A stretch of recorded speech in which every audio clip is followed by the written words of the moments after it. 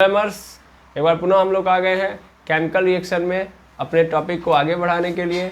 जैसा कि आप लोगों ने पिछले वीडियो के अंदर देखा था कि हम लोग बात कर रहे थे कि एक केमिकल रिएक्शन कैसे होता है, और वहाँ पे आप लोगों ने कुछ समस्याओं को समझा था। जैसे कि हमारे पास चार्ज कैसे आता है, किस एलिमेंट पे कितना चार्ज आता है ये नहीं पता, दूसरी बात कैसे ब्रेक डाउन करना है ये नहीं पता। तो अगर आपको ये पता चल जाए कि एक एलिमेंट पे चार्ज कैसे आता है तो आप तोड़ लोगे, है ना। उसके लिए बेसिकली मैंने बताया था कि हमको पेरियोडिक टेबल की समझ होनी चाहिए। तो चलिए उसी समझ को पाने के लिए हम स्टार्ट करते हैं आज की क्लास को। तो जैसा कि आपको पता है कि पेरियोडिक टेबल है क्या, तो पेरियोडिक टेबल यानी हिंदी में बोलूं मैं तो पेरियोडिक टेबल को हम लोग बोलते हैं आवर्त सारणी।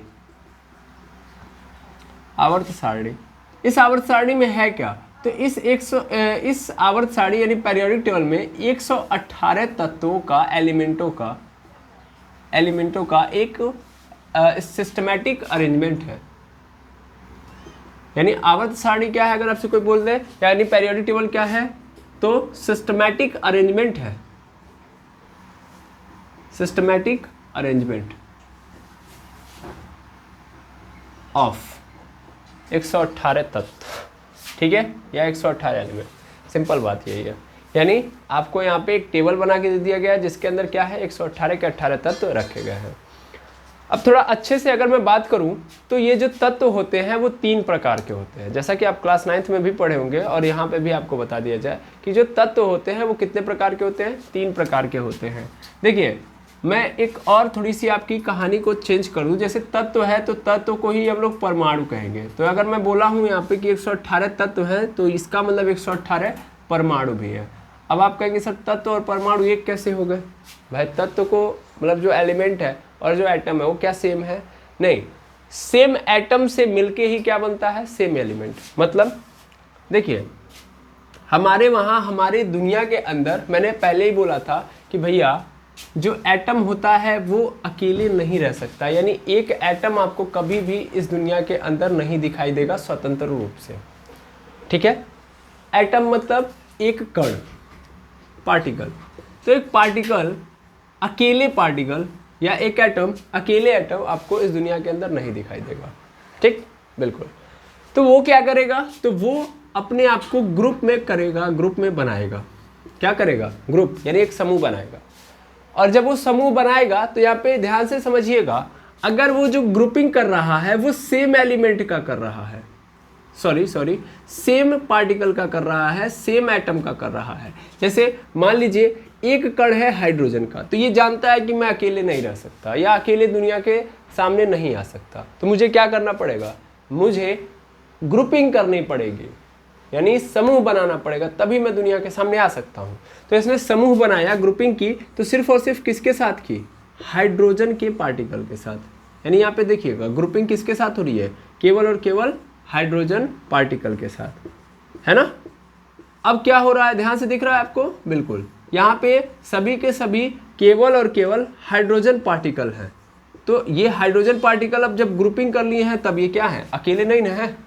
अब ये पूरे के पूरे लोग मिलके क्या है, तैयार हैं। अब ये कहाँ पे आएंगे, दुनिया के सामने। तो मैं इसको क्या बोल दूंगा, मैं बोल दूंगा इसको हाइड्रोजन तत्व। मतलब समझ पा रहे हैं, हाइड्रोजन तत्व का मतलब एक ऐसा पदार्थ जिसके अंदर सेम टाइप के पार्टिकल लगे हों, सेम टाइप का एटम लगा हो। तो अगर मान लो मैं बोल रहा हूँ कि हाइड्रोजन तत्व है, तो इसका मतलब हाइड्रोजन एटम्स ने क्या किया हुआ है, यहाँ पे ग्रुपिंग किया हुआ है, समूह बनाया हुआ है, ठीक है। अच्छा, ऐसे ही मैंने बोल दिया आपसे हीलियम, क्या बोल दिया, हीलियम एलिमेंट। अब हीलियम एलिमेंट जो ही बोला तो एलिमेंट का मतलब क्या है कि सेम टाइप के हीलियम पार्टिकल ने यहाँ पे क्या किया हुआ है, ग्रुपिंग किया हुआ है।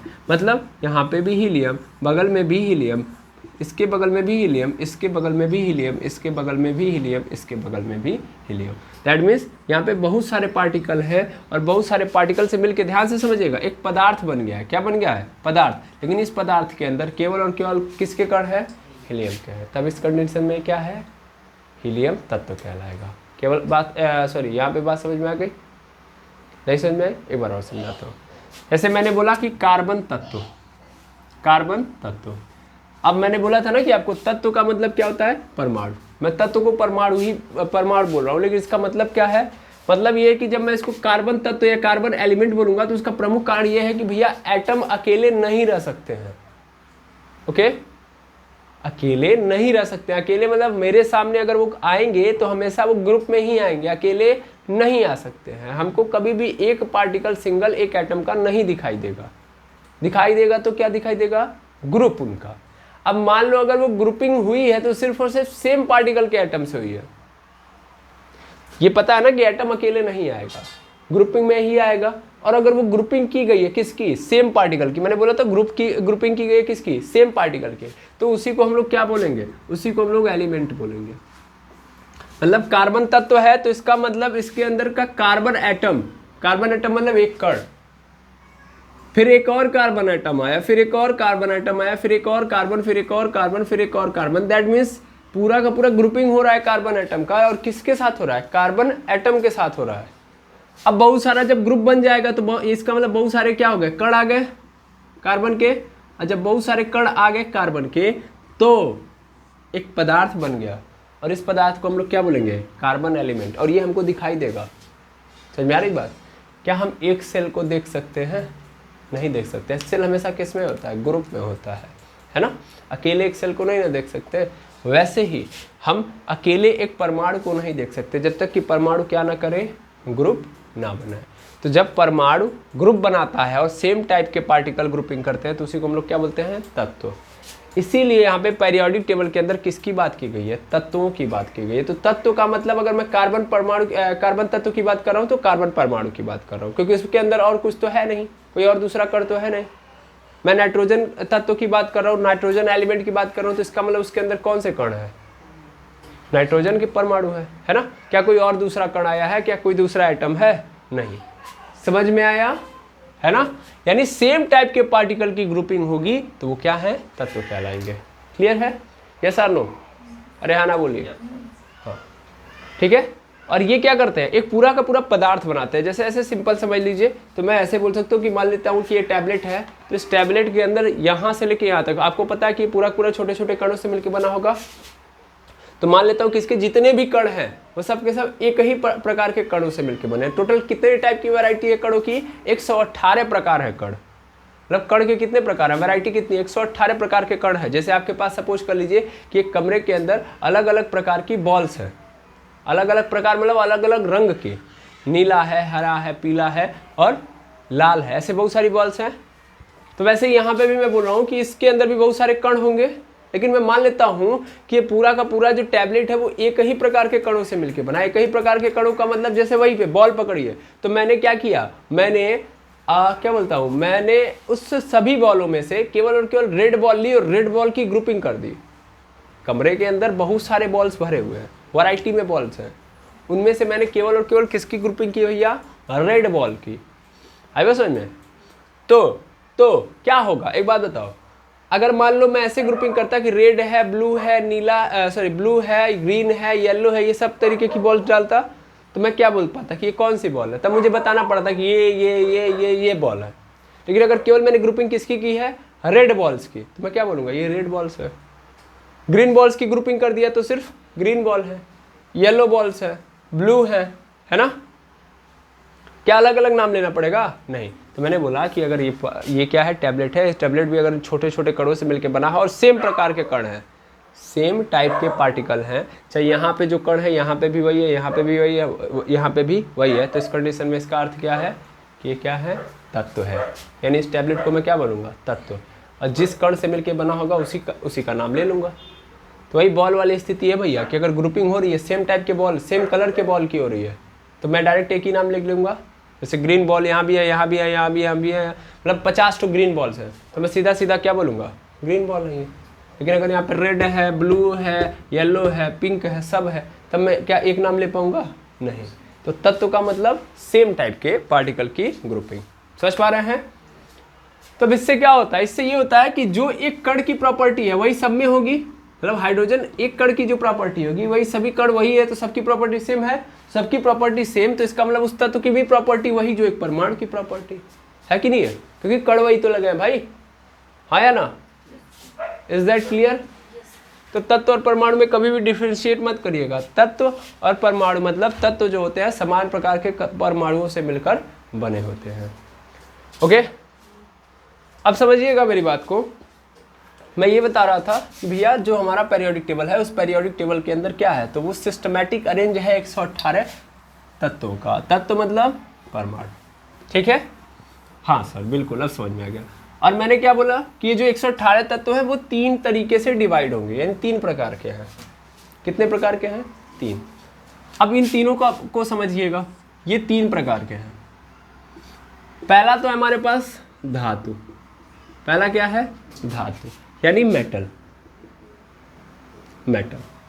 फिर ऐसे फिर है अधातु यानी नॉन मेटल, और तीसरे नंबर पे है उपधातु, metalloids, metal, non metal, metalloids, ठीक है?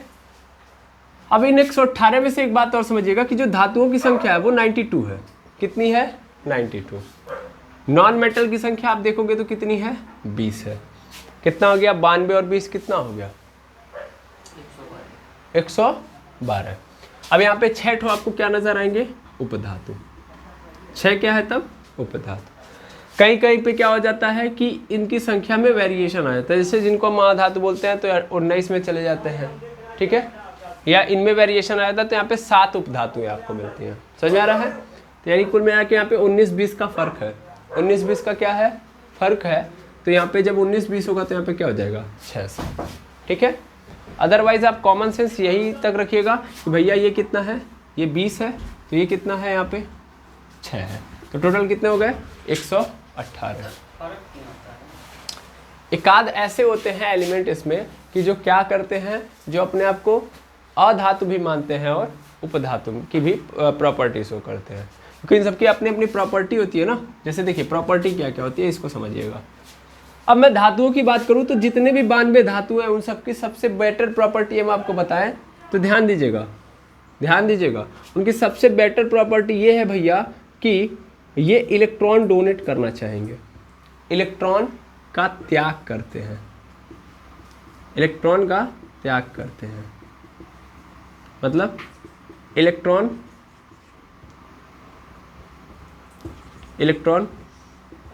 डोनेट करते हैं, ठीक है? इलेक्ट्रॉन डोनेट मतलब अपने पास जो इलेक्ट्रॉन है उसको क्या करेंगे? डोनेट करेंगे। सर पागल है डोनेट करेंगे? अरे नहीं भाई, हर एलिमेंट इसमें क्या होना चाहेगा? स्टेबल होना चाहेगा ना। तो स्टेबिलिटी के लिए ये क्या आजमाते हैं या ये क्या यूज करते हैं? तो सर इलेक्ट्रॉन को डोनेट करने का प्रयास करते हैं, मतलब अपने आप को स्टेबल करने के लिए ये क्या करेंगे? तो इलेक्ट्रॉन को डोनेट करेंगे, ठीक है ना? किस पर्पस के लिए? फॉर स्टेबल, अस्थायी होने के लिए। ओके, अब अगर मान लो ये इलेक्ट्रॉन का त्याग करते हैं तो अगर एक बात बताओ, एक परमाणु है जो अपने अंदर से इलेक्ट्रॉन निकाल के दूसरे को दे रहा है, तो इसका मतलब क्या है? वो उसके ऊपर कौन सा चार्ज आएगा? देखिए यही तो नॉन कॉमन सेंस है भाई। इलेक्ट्रॉन निकाल रहा है यार, यानी वो अपने अंदर से निगेटिविटी कम कर रहा है ना। तो अगर वो निगेटिविटी कम हो रही है तो इसका मतलब पॉजिटिविटी बढ़ रही है। मैंने क्या समझाया? सपोज कर लो ये ए है, ए का एटॉमिक नंबर क्या है? 10 है। तो 10 का मतलब क्या हुआ? 10 इलेक्ट्रॉन है और 10 प्रोटॉन है ना? अगर पिछली क्लासेस आप लोगों ने ली होगी तो मैंने बताया था कि प्रोटॉन को तो नहीं इधर उधर किया जा सकता, क्योंकि प्रोटॉन कहाँ पे होता है? न्यूक्लियस में होता है, और न्यूक्लियस में है तो फिर छेड़छाड़ नहीं कर सकते। लेकिन बाहर कौन होता है? इलेक्ट्रॉन, तो यही इधर उधर होता है। अब सपोज कर लो 10 इलेक्ट्रॉन है, 10 में से 2 इलेक्ट्रॉन निकल लिए, 2 इलेक्ट्रॉन क्या हो गए? निकल लिए। तो कितने इलेक्ट्रॉन बचे? भाई इस एटम ने अपने आप को स्टेबल करने के लिए 2 इलेक्ट्रॉन क्या कर दिया? निकाल दिया। तो इसके पास कितने इलेक्ट्रॉन बचे? 8 इलेक्ट्रॉन। और प्रोटॉन कितने बचे? सर वो तो अभी भी उतने ही बचेंगे। तो इलेक्ट्रॉन पे कैसा चार्ज? माइनस, और प्रोटॉन पे कैसा चार्ज? प्लस। शुरुआती दौर में देखो तो 10 इलेक्ट्रॉन थे, 10 प्रोटॉन थे। चार्ज देखना, 10 माइनस चार्ज और 10 ठो प्लस चार्ज। टोटल देखा जाए तो 10 प्लस 10 माइनस मतलब 0, एंड टोटल तब कितना चार्ज था शुरुआत में? 0। तो एक एटम पे चार्ज कितना होता है? 0। वो शुरुआती दौर में देखा जाए तो न्यूट्रल होता है। क्या होता है? न्यूट्रल। लेकिन अपने स्टेबिलिटी के चक्कर में वो इलेक्ट्रॉन को इधर से उधर करता है। जैसे यहाँ पे 10 इलेक्ट्रॉन था, 8 इलेक्ट्रॉन बनाता है। क्या करने के लिए? स्टेबल होने के लिए।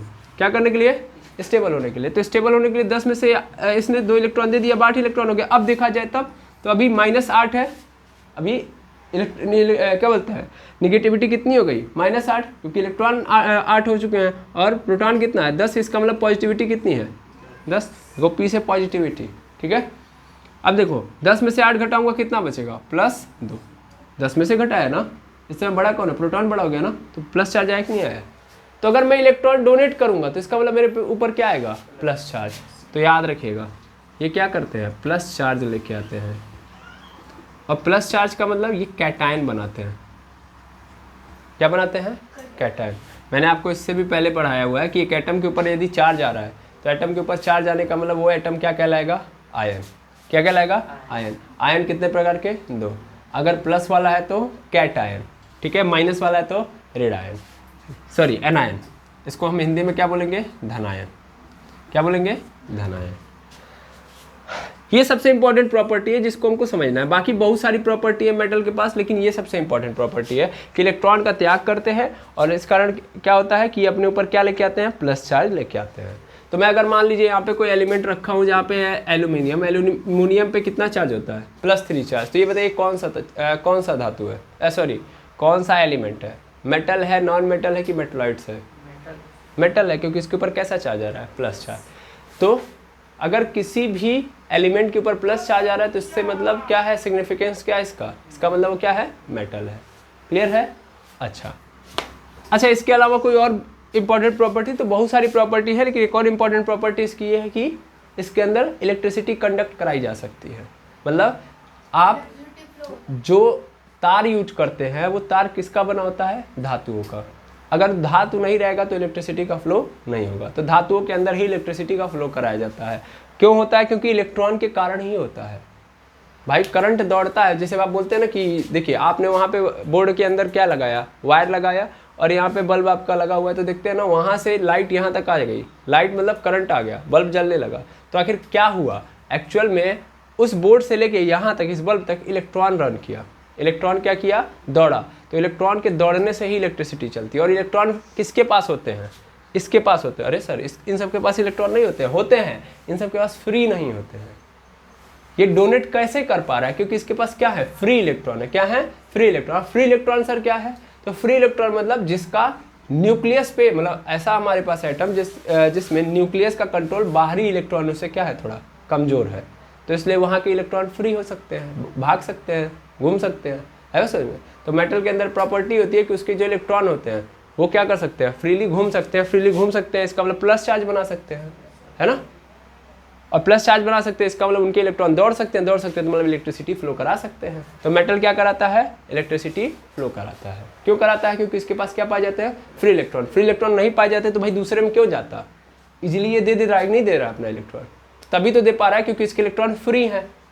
अगर न्यूक्लियस का कंट्रोल बहुत तगड़ा होता तो न्यूक्लियस इनको निकलने देता नहीं ना, क्योंकि दो चार्जेस के बीच में भी तो फोर्स लगता है, नहीं लगता, एक प्लस एक माइनस है, तो प्लस वाला माइनस वाले को खींच के रखेगा नहीं रखेगा।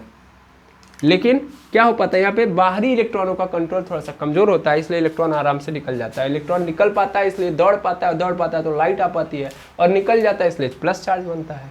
दोनों बातें क्लियर।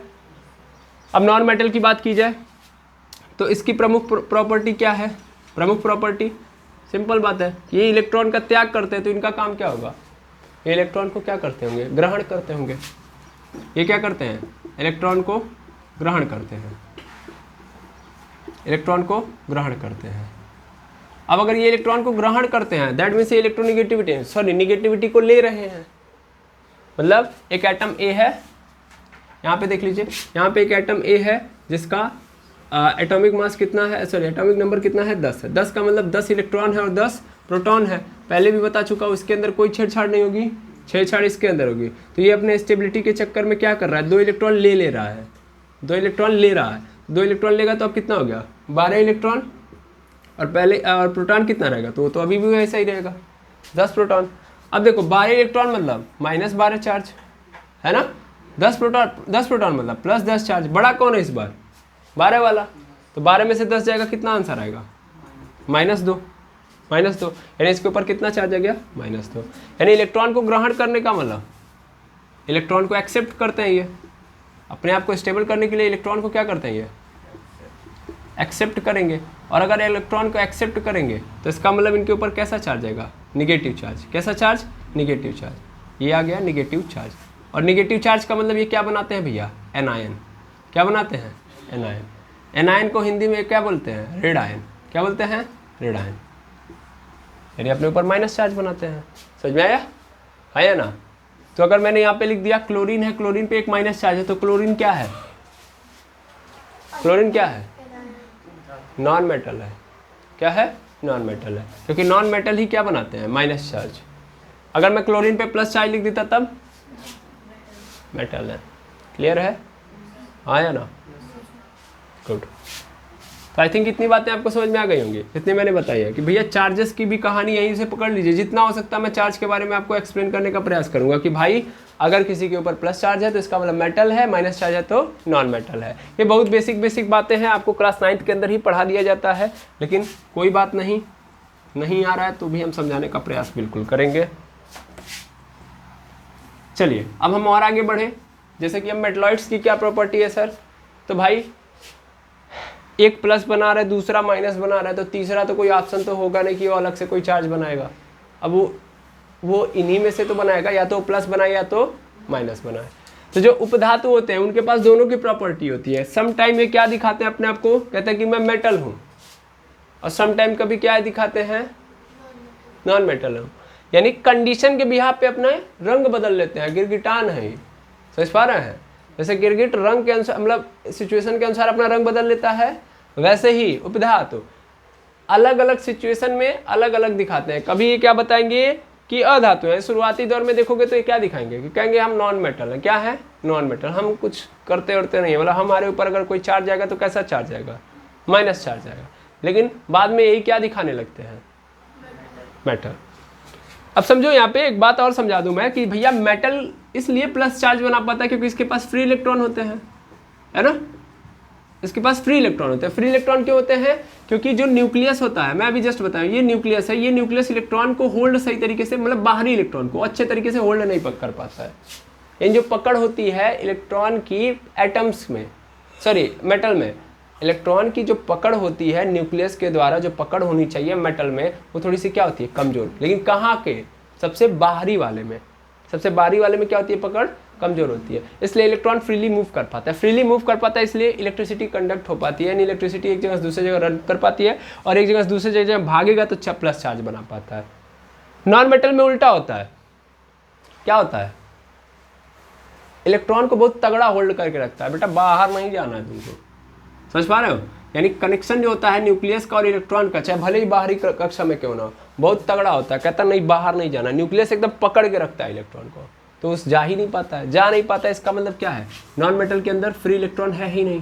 फ्री इलेक्ट्रॉन है नहीं तो भैया ये अपने इलेक्ट्रॉन को फेंक सकता नहीं है। फेंक सकता नहीं, इसलिए लाइट इसके अंदर जाएगी नहीं, क्योंकि इसके अंदर फ्री इलेक्ट्रॉन है नहीं ना। एटम के अंदर सभी के सभी इलेक्ट्रॉन बंधे हुए हैं, कोई एक को बाहर नहीं जाएगा। हाँ, बाहर से अंदर आ सकता है, लेकिन अंदर से बाहर नहीं जा सकता। समझ पा रहे हैं? तो इसीलिए क्या करता है? ये ले सकता है, दे नहीं सकता है। और अगर ये दे नहीं सकता है, यानी फ्री इलेक्ट्रॉन नहीं है, फ्री इलेक्ट्रॉन नहीं है, तो दौड़ेगा कौन? जब कोई दौड़ने वाला ही नहीं है तो लाइट जाएगी नहीं। तो इसीलिए अधातु के अंदर क्या नहीं होती है? करंट का फ्लो नहीं होता है, यानी लाइट नहीं मारता है। ठीक है, ये भी ध्यान दीजिएगा। तो यहाँ से 2-3 चीज़ें आप समझ लीजिए। नॉर्मल बेसिस पे अगर कोई पूछे आपसे कि आप कोई पदार्थ लीजिए, उसके अंदर ऐसे तार टच कराइए, यानी इलेक्ट्रिसिटी का फ्लो कराइए, अगर नहीं लाइट जा रही है, इसमें करंट नहीं पास कर रहा है, तो क्या है? वो नॉन मेटल है। और अगर करंट पास कर गया तो मेटल है।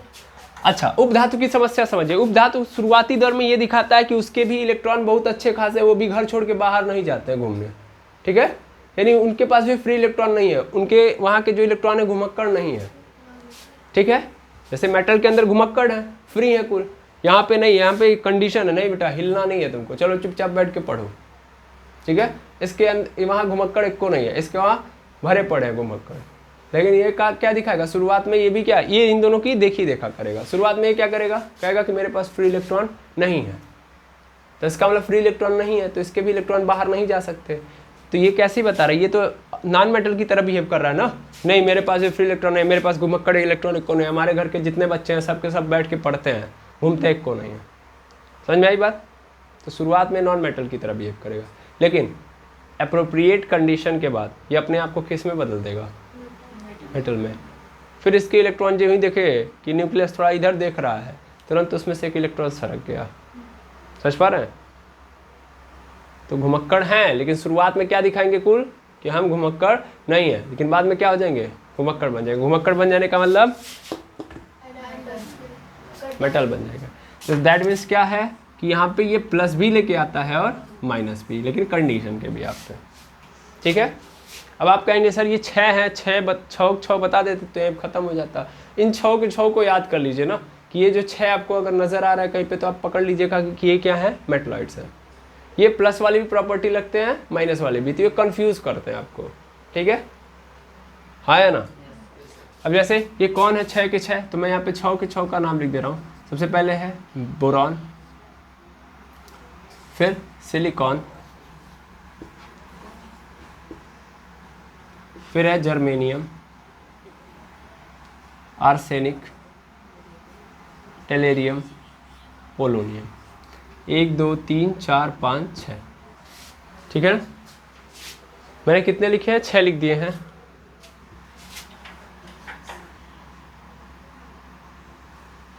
यहाँ पे एक्चुअल में आपको एंटीमनी भी मिलेगा, तो इसको भी लिख लीजिए। ऐसे एक्चुअल में 7 आप लिख लीजिए। ठीक है, ये 7। तो ये क्या है, बोरॉन, ये क्या है, सिलिकॉन, ये है आपका जर्मेनियम, ये है आर्सेनिक, ये है एंटीमनी,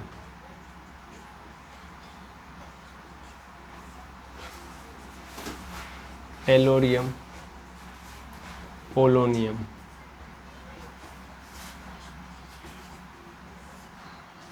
तो थोड़े बहुत कन्फ्यूज़न रहते हैं पोलोनियम को लेके या बोरॉन को लेके कि भैया ये उपधातु में रखा जाए, हाँ उपधातु में रखा जाए कि नहीं रखा जाए, लेकिन ये रहते हैं। तो ये 7 आपके पास ऐसे हैं, मैंने 6 की जगह पे क्या कर दिया है, 7 कर दिया है। ठीक है, क्योंकि यहाँ पे 19-20 का फर्क आ जाता है। तो 7 आपको याद रखने की ये क्या है, उपधातु। ये मेटल की तरह भी बिहेव कर सकते हैं और नॉन मेटल की तरह। अगर इनको आपको याद करने में दिक्कत हो रही है तो एक ठो अच्छा खासा ट्रिक होता है इसके लिए, जो आप सभी लोग जानते होंगे। इसके लिए ट्रिक क्या होता है, तो इसके लिए ट्रिक होता है बोली सियाजी ऐसे सब टीपो, ऐसे सब टीपो। ठीक है, बोली सियाजी ऐसे सब टीपो। इसमें बोली से क्या हो गया, बी से स्टार्ट होगा बोली, बोरॉन। सियाजी तो यस आई से होगा, है ना? अरे भाई बोली में कैसे लिखूंगा, BOLI, बी से स्टार्ट होगा कि नहीं होगा? सियाजी यानी SIYA, तो SI आ गया कि नहीं आ गया? जी ई कर लीजिए। ऐसे, तो ऐसे के लिए क्या यूज करता हूँ, AS। सब SB। टीपो में देखिएगा 2 हो गया, टी और पो, हो गया कि नहीं हो गया? Boron, silicon, germanium, arsenic, antimony, टेलेरियम, polonium. आया? तो ये ट्रिक है किसका, उपधातुओं का। आई थिंक प्रॉपर्टी समझ में आ गई होगी, आया ना?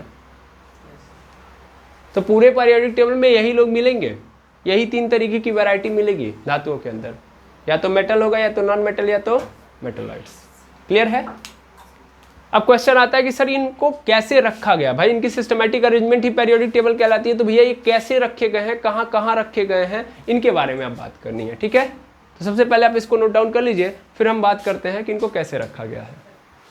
चलिए अब समझते हैं हम इन 118 तत्वों को कैसे पीरियोडिक टेबल के अंदर अरेंज किया गया। तो जो 118 तत्व हैं इनको 2 तरीके से अरेंज किया गया है। पीरियोडिक टेबल मतलब एक टेबल बनाया गया है। ठीक है, अब समझते हैं, मेरी बात ध्यान से समझेंगे। सबसे पहला काम तो ये किया गया कि पूरे पीरियोडिक टेबल के अंदर 2 ग्रुप बनाए, 2 तरीके बनाए गए हैं। एक है पीरियड और दूसरा है ग्रुप। पीरियड मतलब आवर्त, ग्रुप मतलब समूह। तो याद रखेंगे पूरे पीरियोडिक टेबल को 7 आवर्त और 18 समूहों में बांटा गया है। ठीक है, 18 समूहों में बांटा गया है। ये 18 समूह जो है फर्दर फिर अगर देखा जाए तो 4 ब्लॉक के अंदर डिवाइड है। कितने ब्लॉक के अंदर डिवाइडेड है? 4 ब्लॉक, 1 2 3 4। एक है S, दूसरा है P, तीसरा है D और चौथा है F। तो SPDF पूरे 18 को SPDF ग्रुप्स के अंदर डिवाइड कर दिया गया है। ओके, अच्छा अब देखते हैं पीरियोडिक टेबल बनता कैसे। तो बहुत आप ईमानदारी से समझिए कि यहाँ पे जो पीरियड लिखा गया, पीरियड मतलब ऐसे, समझ पा रहे हैं? जैसे आप कोई लाइन ड्रॉ करते हैं तो ऐसे ही तो कॉलम ऐसे बनाते हैं और फिर उसको ऐसे हॉरिजॉन्टली लाइन ड्रॉ करते हैं। तो ये जो हॉरिजॉन्टल लाइन ड्रॉ कर रहे हैं तो ये क्या है, पीरियड है। और जो खड़िया लाइन मतलब कॉलम जो बना रहे हो क्या है, वर्टिकल लाइन जो है वही क्या आपका ग्रुप है।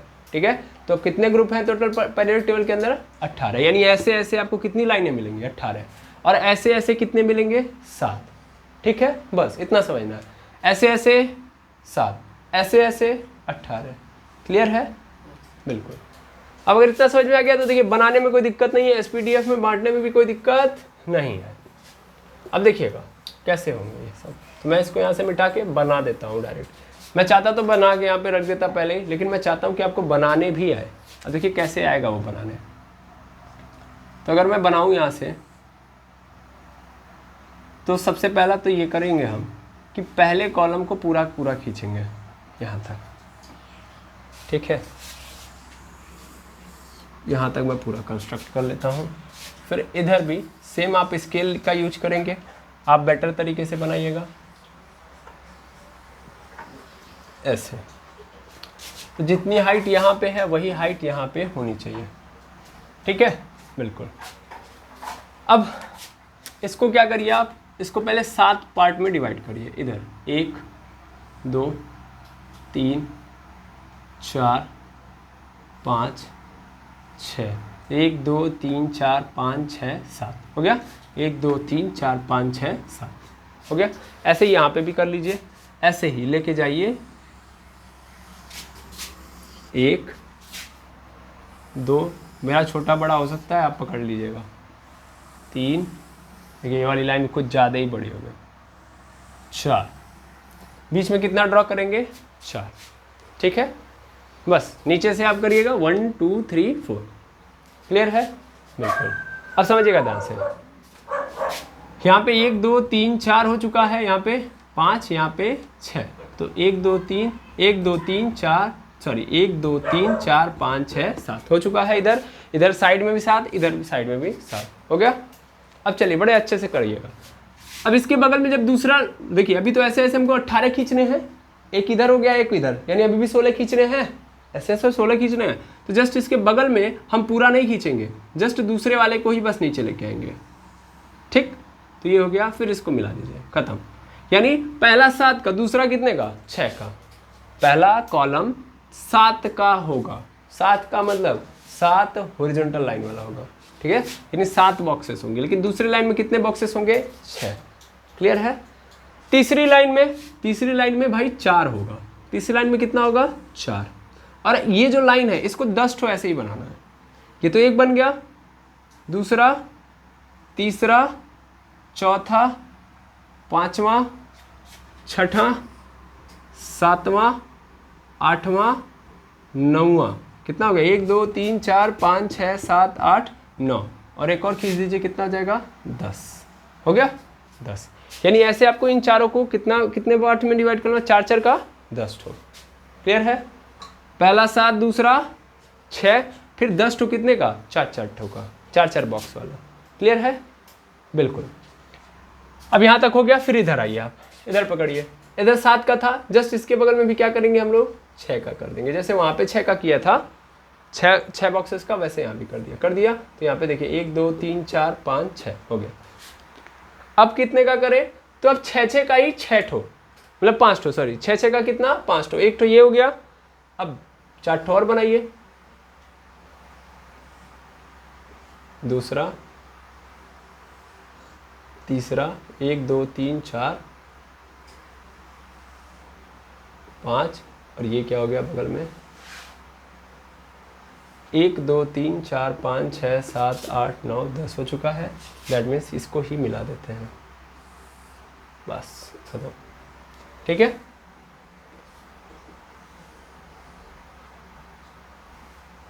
बस।